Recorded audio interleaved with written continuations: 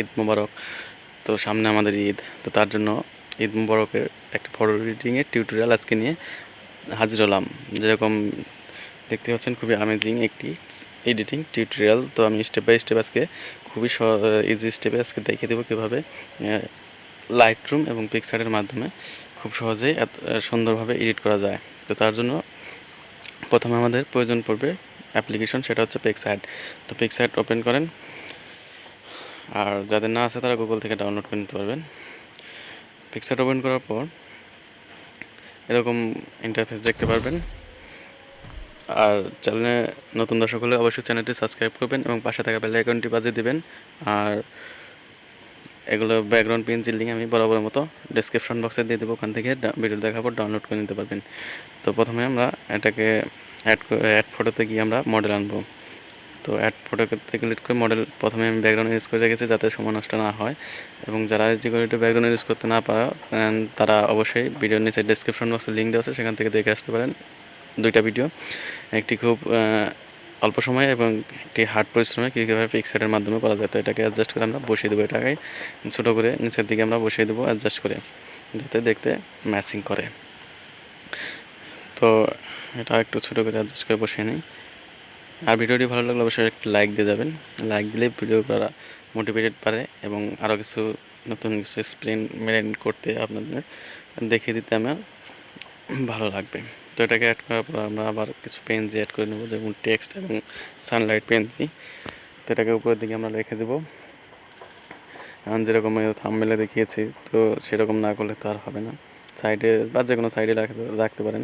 কিন্তু ঈদ মুবারক এটা একটা উপহার স্বরূপ, তো তার জন্য আমি উপরেই রাখছি, কারণ উপরে পেছনে ব্যাকগ্রাউন্ডের মিনারের সাথে এটার ম্যাচ করে যাবে। তো এটাকে আমরা ব্লেন্ডিং মোডে নিয়ে গিয়ে স্ক্রিন করে নেব।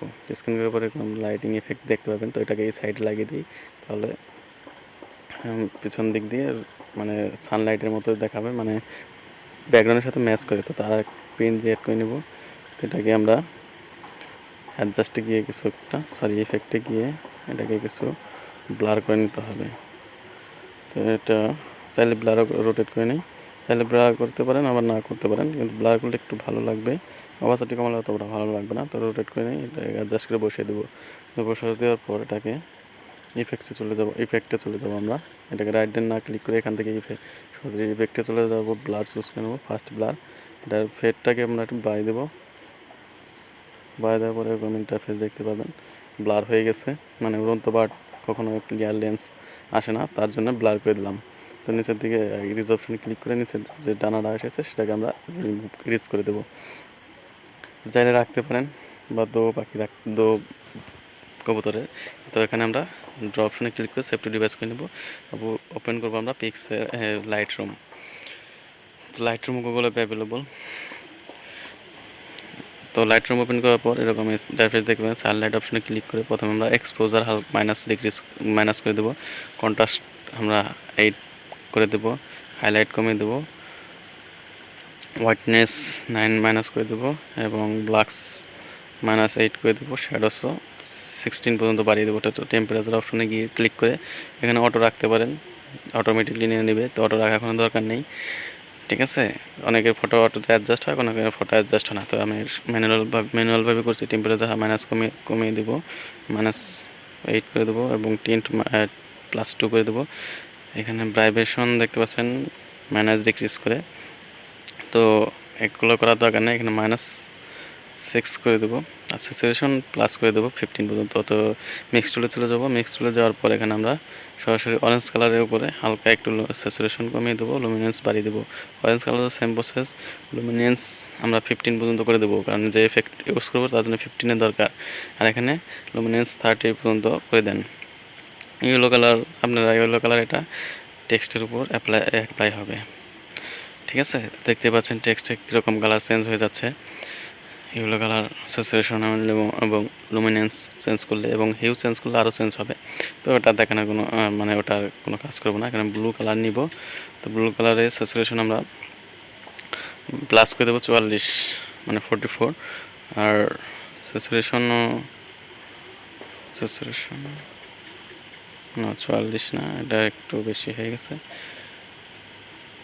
-7 করে রাইট ডানে ক্লিক করে দেবো। এতটুকু করার পর আমরা চলে যাব এফেক্ট অপশনে। তো টেক্সচার মাইনাস করে দেবো, ক্লিয়ারিটি 13 পর্যন্ত দিয়ে দেবো, ডিএস দিয়ে দেবো 7, বেগনেট 23 করে দেবো, কিন্তু 23 তার একটু বেশি লাগছিলো, যাই হোক পরে আসছে সেটার বিষয়ে। গ্রেন অ্যামাউন্ট 4 পর্যন্ত দিয়ে দেবো। যতটুকু করার পর ট্রায়াঙ্গেল অপশনে শার্পেনিং দিয়ে দেবো আমরা, কিছু একটা নয়েজ ডিটেকশন ডিটেলস কিছু একটা দিয়ে দেবো এবং কালার নয়েজ ডিটেকশন দিয়ে দেবো।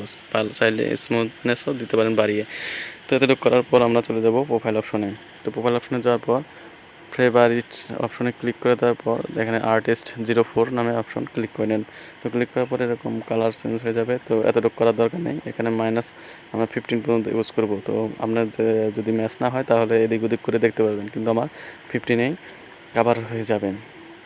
তো দেখতে পাচ্ছেন অনেকগুলো কালার চলে এসেছে। তো শুটিং করার পর এরকম চলে এসেছে। তো বিফোর আর আফটার অনেকটা চেঞ্জ আপনারা দেখতেই পাচ্ছেন ডিসপ্লেতেও। তো আপনাদের সামনে করার পর আরও কিছু চাইলে এদিক ওদিক করে দিতে পারেন। বিগনেটের কথা বলছিলাম, তো বিগনেট একটু আমরা বাড়িয়ে দেবো, মাইনাস করে দেবো।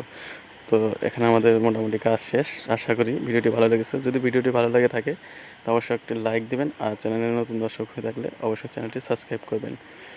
আর বন্ধুদের মাঝে শেয়ার করতে একদমই ভুলবেন না, যাতে তারা নিজেদের ফটো নিজেরাই এরকমভাবে প্রফেশনালভাবে এডিট করতে পারে।